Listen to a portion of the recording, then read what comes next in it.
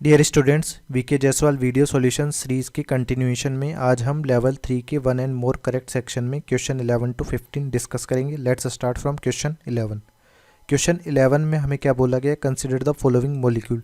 तो यहाँ पर ये जो मॉलिक्यूल दिया गया है, इस मॉलिक्यूल को अपन बोलते हैं क्यूमुलिन, जिसमें लगातार हमारे पास पाई बॉन्ड्स अरेंज होंगे। अब यहाँ पे नंबर ऑफ पाई बॉन्ड्स भी कितने हैं, 1 2 3 4, यानी इवन नंबर में।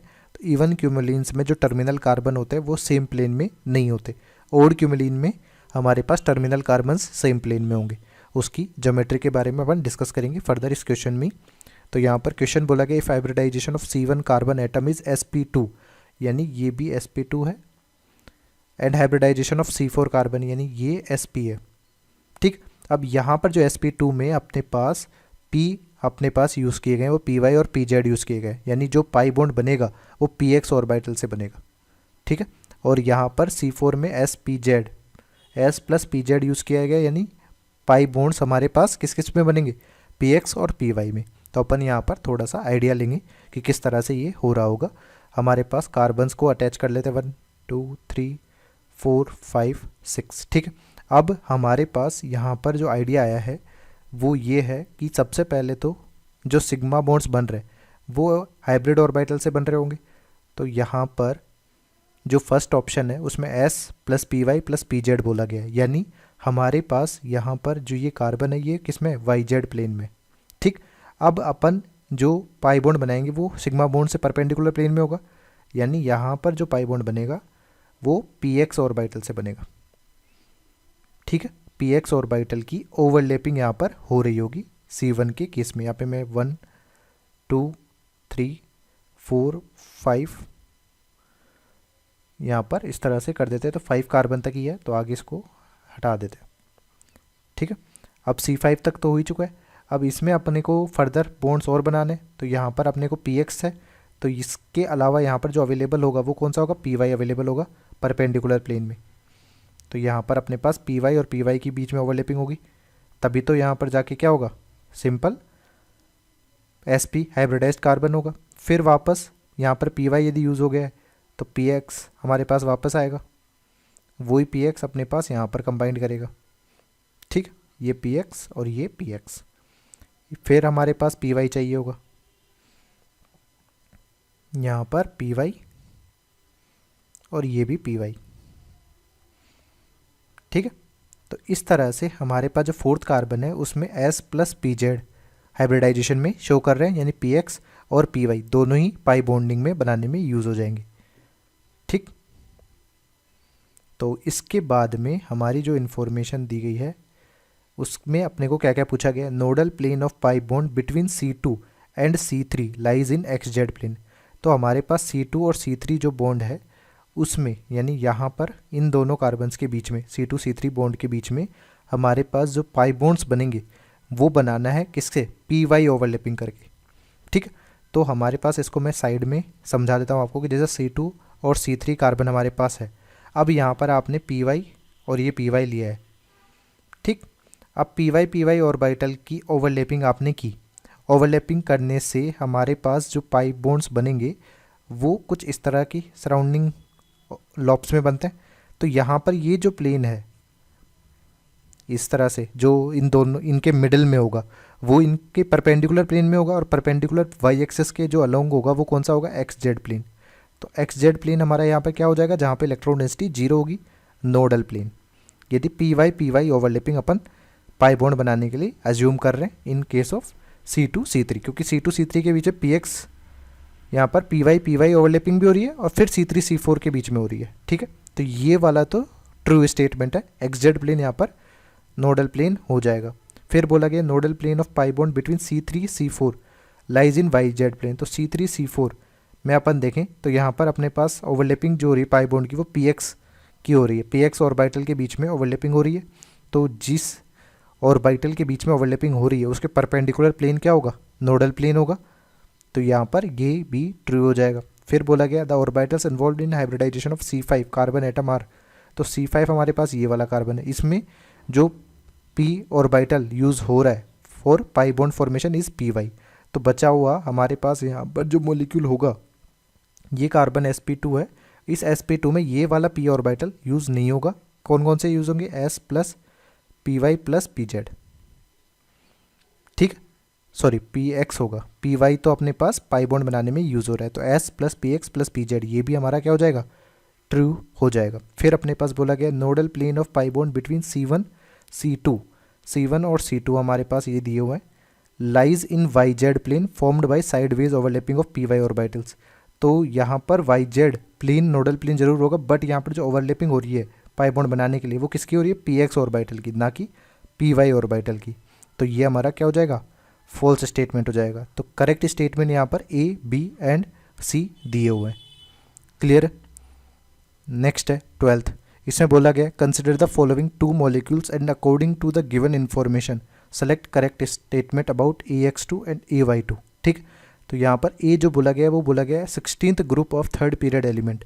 तो हमारे पास आप देखिए boron, carbon, nitrogen, oxygen, fluorine, यहाँ पर ये 13th ग्रुप होता है, 14th, 15th, 16th और 17th ग्रुप। ठीक है, इसमें अपने को बोला गया 16th ग्रुप में थर्ड पीरियड एलिमेंट, ये हमारा सेकंड पीरियड एलिमेंट है, सेकंड पीरियड है। इसके बाद थर्ड पीरियड हमारे पास आएगा, इसमें 16th ग्रुप में आ जाएगा सल्फ़र। तो ए अपने पास यहाँ पर आइडेंटिफाई होके आ गया सल्फ़र है। फिर बोला गया है एक्स जो है वो मोर इलेक्ट्रोनेगेटिव है than A and same group number. तो हमारे पास इस ग्रुप में किसी भी ग्रुप में टॉप टू बॉटम जाता है तो इलेक्ट्रोनेगेटिव डिक्रीज होती है, तो सल्फर से ज़्यादा इलेक्ट्रोनेगेटिव ऑक्सीजन ही होगा, तो एक्स हमारे पास हो जाएगा ऑक्सीजन। फिर वाई की बात करते हैं, वाई में हमने को बोला गया less atomic size than A and same period number, यानी थर्ड पीरियड होगा और साइज कम होगी, तो अपने पास लेफ्ट टू राइट जाने पे हमारी साइज घटती है, तो सल्फर के बाद क्लोरीन आता है, तो वाई हमारे पास क्लोरीन हो जाएगा। तो ये इन्फॉर्मेशन अपने को अवेलेबल होने के बाद AX2 जो मॉलिक्यूल हो जाएगा वो हमारा क्या हो जाएगा? SO2, और AY2 जो मॉलिक्यूल हो जाएगा वो हमारा हो जाएगा SCl2। ठीक है, अब अपने को क्वेश्चंस सॉल्व करने हैं। अब इस क्वेश्चंस में देखिए क्या दिया हुआ है, hybridisation of central atom are different in both compounds. तो देखते हैं, सल्फर के वैलेंस इलेक्ट्रॉन 6 हैं, जिसमें से 2 यहाँ पर ऑक्सीजन बॉन्ड बनाने में 4 तो यूज़ हो गए, 1 बच गया लोन पेयर। फिर यहाँ पर 6 वैलेंस इलेक्ट्रॉन्स में से 2 क्लोरीन के साथ बॉन्ड बनाने में यूज हो जाएंगे, बचे 4। तो ये इसका हाइब्रिडाइजेशन देखें तो 2 सिग्मा बॉन्ड 1 लोन पेयर, ये sp2 हाइब्रिडाइज्ड है। यहाँ पर 2 सिग्मा बॉन्ड है 2 लोन पेयर है, तो ये sp3 हाइब्रिडाइज्ड है। तो दोनों का हाइब्रिडाइजेशन अलग अलग है, ये ट्रू स्टेटमेंट है। फिर बोला गया the shape of both molecules are same, तो दोनों की बैंड शेप है, लोन पेयर्स को आप इंक्लूड नहीं करें तो बैंड शेप, तो ये भी ट्रू स्टेटमेंट है। बोथ कंपाउंड्स आर प्लेनर, हाँ ये चीज़ सही है कि बैंड शेप जब भी है तो आप एक मॉलिक्यूल से सारे के सारे एटम्स को एक प्लेन के अलोंग कट कर सकते हो, तो ये प्लेनर भी है, तो ये ट्रू भी हो जाएगा। ठीक है, इसके बाद बोला गया XAX bond angle is less than YAY, कि हमारे पास ऑक्सीजन ये जो है ऑक्सीजन सल्फर ऑक्सीजन और एक क्लोरीन सल्फर क्लोरीन, ये बॉन्ड एंगल हमारा कम हो, बट ऐसा नहीं होगा क्योंकि sp2 में जो स्टैंडर्ड बॉन्ड एंगल होता है वो अराउंड होता है 120 डिग्री के, और इसमें जो बॉन्ड एंगल होता है वो अराउंड होता है 109 डिग्री के। तो हमारे पास लोन पेयर रिपल्शन भी होगा, लोन पेयर बॉन्ड पेयर फिर भी थोड़ा नियरर ही रहेगा, यहाँ पर sp3 हाइब्रिडाइज्ड सेंटर से तो ज़्यादा ही रहेगा, तो यहाँ पर जो बॉन्ड एंगल होगा वो ग्रेटर देन होगा किसका? ऑक्सीजन सल्फर ऑक्सीजन का। तो ये जो स्टेटमेंट है ये फॉल्स होगा।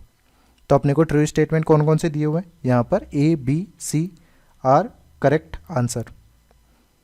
नेक्स्ट है 13 में बोला गया है which of the following statements are correct about sulphur hexafluoride. Sulphur hexafluoride से क्या मतलब है? SF6। ठीक है, अब SF6 में सल्फर जो होता है उसके पास 6 वैलेंस इलेक्ट्रॉन है, 6 वैलेंस इलेक्ट्रॉन्स में से सारे के सारे ही कहाँ यूज़ हो जाएंगे? फ्लोरीन के साथ बॉन्ड बना लेंगे, और इसका हाइब्रिडाइजेशन क्या होगा? sp3d2 हाइब्रिडाइजेशन, और शेप जो हो जाएगी दैट इज ऑक्टाहेड्रल। ठीक, ऑक्टाहेड्रल में सारे के सारे बॉन्ड्स जो होते हैं उनके बीच में 90 डिग्री एंगल है और सिमेट्रिकल होते हैं, तो सारे के सारे बॉन्ड्स इक्विवेलेंट साइज के होंगे। All sulphur bonds are equivalent, true statement है।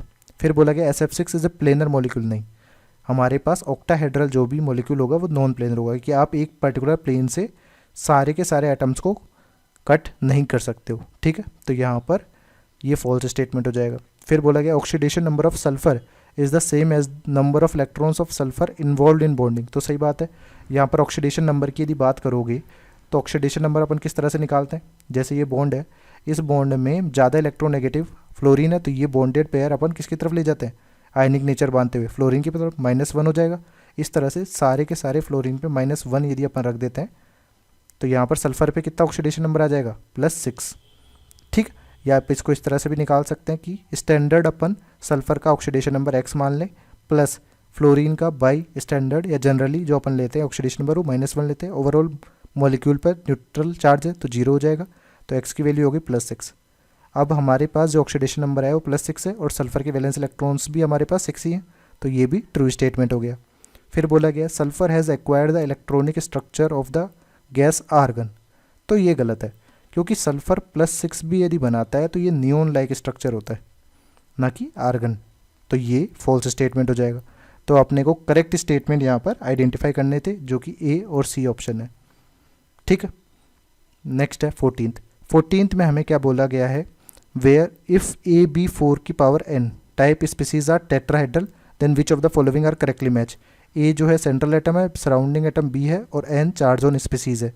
तो फर्स्ट ए ऑप्शन देख लेते हैं कि जीनोन को आपने XeO4 और इसकी पावर जो है वो 0 है, तो इस मॉलिक्यूल को आप बनाए तो जीनोन की वैलेंस शेल 8 इलेक्ट्रॉन है जिसमें से 4 अपने पास यहाँ पर ऑक्सीजन अटैच करने सराउंडिंग में, तो इस तरह से अटैच हो जाएंगे, कोई लोन पेयर बचेगा नहीं।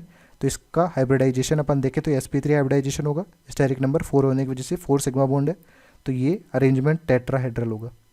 ठीक, बी ऑप्शन देख लेते हैं। बी ऑप्शन है SeF4, इसका ऊपर कोई चार्ज नहीं है, तो ये oxygen sulphur selenium oxygen family का है, तो यहाँ पर 6 वैलेंस इलेक्ट्रॉन होंगे, 6 में से 4 तो अपन ने बॉन्ड बना लिए, 2 हमारे पास लोन पेयर के फॉर्म में रह गए, तो ये हाइब्रिडाइजेशन होगा sp3d, तो ये हमारे पास सीसो शेप होगा। कैसा, इस तरह से इक्वेटोरियल पे लोन पेयर रख दिया अपन ने, एक्सियल पे यहाँ पर, और ये फ्लोरीन, तो ये जो शेप होगी ये टेट्राहेड्रल नहीं होगी, ये होगी सीसो। ठीक, इसी तरह से सी ऑप्शन देख लेते हैं। यहाँ पर दिया हुआ है PO4 3-, तो यहाँ पर फॉस्फेट है, ये 3 नेगेटिव चार्ज है, वो किस पे जाएगा, ऑक्सीजन पे। फास्फोरस के वैलेंस सेल इलेक्ट्रॉन 5 ही हैं, तो 5 बॉन्ड यहाँ पर बना लेगा मैक्सिमम ये, अब लोन पेयर कोई बचेगा नहीं, तो ये भी हमारा sp3 हाइब्रिडाइज्ड होने की वजह से टेट्राहेड्रल हो जाएगा।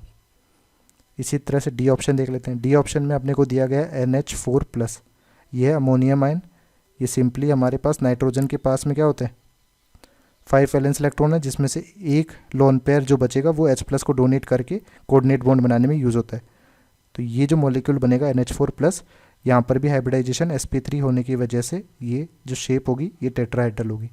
तो यहाँ पर केवल बी ऑप्शन में ऐसा नहीं मिल रहा है, बाकी सब में मिल रहा है, तो ए सी और डी हमारे यहाँ पर करेक्ट आंसर होंगे। नेक्स्ट है 15th, इसमें बोला गया which of the following statements are correct, तो अपन फर्स्ट ए ऑप्शन देख लेते हैं। ClF3 molecule is bent shape, तो क्लोरीन के वैलेंस इलेक्ट्रॉन 7 है जिसमें से 3 तो इसने फ्लोरीन के साथ बॉन्ड बनाने में यूज़ कर लिए, बचे 4 को अपन ने 2 के लोन पेयर के फॉर्म में रख लिया। अब इसका हाइब्रिडाइजेशन देखा अपन ने तो sp3d हाइब्रिडाइजेशन है। अब sp3d हाइब्रिडाइजेशन में जो लोन पेयर्स है उनको अपन किस तरह से अरेंज करेंगे, यहाँ पर सॉरी इसको इस तरह से अरेंज कर देते हैं, यहाँ पर फ्लोरीन बॉन्ड लगा देते हैं, तो ये बैंड शेप हो जाएगा।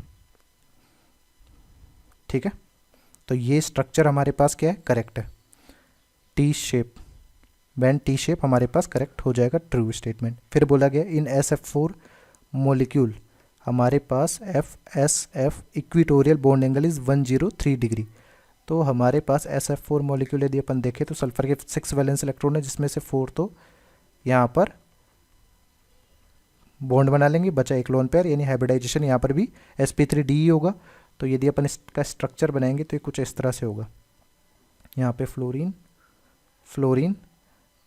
यहाँ पर फ्लोरीन और यहाँ पर फ्लोरीन। अब इक्विटोरियल बॉन्ड SFS यानी इसके बीच का जो बॉन्ड एंगल है वो कितना होगा, अराउंड 103 डिग्री, तो ये बिल्कुल सही बात है क्योंकि यहाँ पर थोड़ा सा डिस्टोर्शन होगा लोन पेयर की वजह से, बट जो यहाँ पे लोन पेयर डिस्टोर्शन होगा वो किसकी वजह से होगा, due to lone pair bond pair repulsion.